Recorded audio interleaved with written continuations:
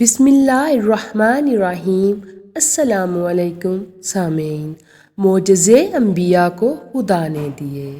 ہمارا نبی صلی اللہ علیہ وآلہ وسلم معجزہ بن کے آیا۔ اللہ رب العزت نے اپنی لاریب کتاب قرآن مجید فرقان حمید برہان عظیم میں ارشاد فرمایا ہے۔ ترجمہ: اے لوگو، بے شک تمہارے پاس اللہ کی طرف سے ایک واضح دلیل آ گئی ہے اور ہم نے تمہاری طرف ایک روشن نور اتارا ہے۔ اللہ رب العزت نے نسل انسانیت کی رہنمائی کے لیے اپنے انبیاء و رسل مبعوث فرمائے تاکہ اپنے برگزیدہ ہستیوں کے واسطے سے بندوں تک اپنے احکام پہنچائے۔ اس خالق کائنات اللہ رب العالمین کا کروڑواں شکر عظیم ہے کہ اس نے ہمیں انبیاء رسل کے سردار جناب احمد مجتبی محمد مصطفیٰ رسول عربی صلی اللہ علیہ وآلہ وسلم کی امت میں پیدا کیا۔ انبیاء اور رسولوں کی نبوت اور رسالت کی دلیلوں کو معجزہ کہا جاتا ہے۔ اللہ تبارک تعالیٰ نے ہر نبی کو اس کی نبوت اور رسالت کے ثبوت کے لیے دلیل کے طور پر معجزات عطا کیے، جن کو لوگوں کے سامنے پیش کر کے انبیاء اور رسولوں نے اپنی نبوت اور رسالت کا ثبوت پیش کیا۔ آقا صلی اللہ علیہ وسلم سے پہلے جتنے بھی پیغمبر یا رسول آئے وہ سب ایک خاص قوم کی طرح مبعوث ہوئے اور انہوں نے اسی قوم کو سیدھے راستے پر لانے کے لیے معجزات ظاہر کیے۔ اللہ تعالیٰ نے کسی نبی کو ایک معجزہ دیا، کسی کو 2، کسی کو 3 معجزے عطا فرمائے۔ آدم علیہ السلام معجزہ لے کر آئے، حضرت نوح علیہ السلام معجزہ لے کر آئے، حضرت موسیٰ علیہ السلام معجزہ لے کر آئے، حضرت عیسیٰ علیہ السلام معجزہ لے کر آئے، مگر ہمارے پیارے نبی کریم صلی اللہ علیہ وآلہ وسلم سراپا معجزہ بن کر آئے۔ آپ صلی اللہ علیہ وآلہ وسلم کا دیکھنا معجزہ، آپ صلی اللہ علیہ وآلہ وسلم کا بولنا معجزہ، آپ صلی اللہ علیہ وآلہ وسلم کا بیٹھنا معجزہ، آپ صلی اللہ علیہ وآلہ وسلم کی ذات، آپ صلی اللہ علیہ وآلہ وسلم کی صفات، آپ صلی اللہ علیہ وآلہ وسلم کی ہر ادا معجزہ ہے۔ اللہ تعالیٰ نے دوسرے انبیاء کرام علیہ السلام کو جو معجزات عطا فرمائے وہ صرف ان کی ظاہری حیات مقدسہ تک دیکھے جا سکتے تھے۔ اگر آج ہم موسیٰ علیہ السلام کے ماننے والوں سے پوچھیں کیا تمہارے نبی سیدنا موسیٰ علیہ السلام کے پاس معجزات تھے، وہ کہیں گے ہاں۔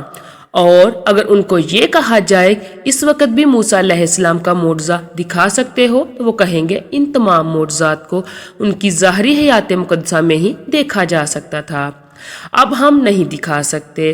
حضرت عیسیٰ علیہ السلام کے ماننے والوں سے پوچھا جائے تو وہ بھی یہی جواب ملے گا، پر قربان جائیں ہم اپنے آقا صلی اللہ علیہ وسلم پر کہ آج بھی ہم سے کوئی پوچھے نبی کریم صلی اللہ علیہ وآلہ وسلم کے معجزات تو ہم اعلیٰ اعلان کہیں گے کہ اے میرے نبی صلی اللہ علیہ وآلہ وسلم کے معجزات کے بارے میں سوال کرنے والوں، قرآن پاک کی زیارت کر لو۔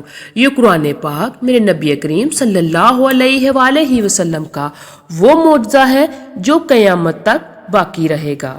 سیدنا ابو ہریرہ رضی اللہ تعالیٰ عنہ فرماتے ہیں، میں نے بارگاہ رسالت میں عرض کی، یا رسول اللہ صلی اللہ علیہ وآلہ وسلم، میں آپ سے ارشاد گرامی سنتا ہوں مگر بھول جاتا ہوں۔ ارشاد فرمایا، ابو ہریرہ اپنی چادر پھیلاؤ۔ میں نے پھیلا دی تو مالک جنت قاسم نعمت صلی اللہ علیہ وآلہ وسلم نے اپنے دستے رحمت سے چادر میں کچھ ڈال دیا اور فرمایا، اے ابو ہریرہ اسے اٹھا لو اور سینے سے لگاؤ۔ میں نے حکم کی تعمیل کی، اس کے بعد میرا حافظہ اس قدر مضبوط ہو گیا کہ میں کوئی بھی چیز نہیں بھولا۔ صحیح بخاری۔ اللہ عز و جل نے مدنی سرکار حضرت احمد صلی اللہ علیہ وآلہ وسلم کو بے شمار اختیارات سے نوازا ہے۔ یہ مادی چیزیں دینا بھی اپنی جگہ، مگر ہمارے آقا صلی اللہ علیہ وآلہ وسلم نے تو قوت حافظہ بھی حضرت ابو ہریرہ رضی اللہ تعالیٰ عنہ کو عنایت فرما دیا۔ حضرت سیداتنا انیسہ رضی اللہ تعالیٰ عنہ فرماتی ہیں، مجھے میرے والد نے بتایا، میں بیمار ہوا تو سرکار علی وقار صلی اللہ علیہ وآلہ وسلم میری عیادت کے لیے تشریف لائے۔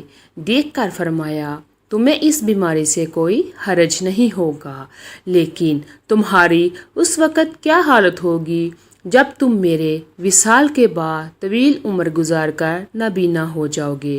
یہ سن کر میں نے عرض کی، یا رسول اللہ صلی اللہ علیہ وآلہ وسلم، میں اس وقت حصول ثواب کی خاطر صبر کروں گا۔ فرمایا، اگر تم ایسا کرو گے تو بغیر حساب کے جنت میں داخل ہو جاؤ گے۔ چنانچہ صاحب شیریں مقال صلی اللہ علیہ وآلہ وسلم کے ظاہری وصال کے بعد ان کی بینائی جاتی رہی، پھر ان عرصہ کے بعد اللہ عز و جل نے ان کی بینائی لوٹا دی اور ان کا انتقال ہو گیا۔ بیان کردہ دو روایات سے یہ بھی معلوم ہوا کہ جب کوئی مصیبت آئے یا مسلمان معذور ہو جائے تو اسے صبر کر کے اجر کا حقدار بننا چاہیے۔ چنانچہ حضرت سیدنا انس رضی اللہ تعالیٰ عنہ سے روایت ہے کہ جب نبی کریم صلی اللہ علیہ وآلہ وسلم فرماتے ہیں کہ اللہ عز و جل فرماتا ہے، جب میں اپنے بندے کی آنکھیں لے لوں پھر وہ صبر کرے تو اس کو آنکھوں کے بدلے جنت دوں گا۔ مکہ مکرمہ میں ایک تاجر آیا، اس سے ابو جہل نے مال خرید لیا، مقرر رقم دینے میں پس و پیش کی۔ وہ شخص پریشان ہو کر اہل قریش کے پاس آ کر بولا، آپ میں سے کوئی ایسا ہے جو مجھ غریب مسافر پر رحم کھائے اور ابو جہل سے میرا حق دلوائے؟ لوگوں نے مسجد کے کونے میں بیٹھے ہوئے ایک صاحب کی طرف اشارہ کر کے کہا، ان سے بات کرو، یہ ضرور تمہاری مدد کریں گے۔ اہل قریش کے ان صاحب کے پاس کہنے کا مشاہیہ تھا کہ اگر یہ صاحب ابو جہل کے پاس گئے تو ان کی توہین کرے گا اور یہ لوگ یعنی بھیجنے والے اس سے حظ یعنی لطف اٹھائیں گے۔ مسافر نے ان صاحب کی خدمت میں حاضر ہو کر سارا احوال سنایا۔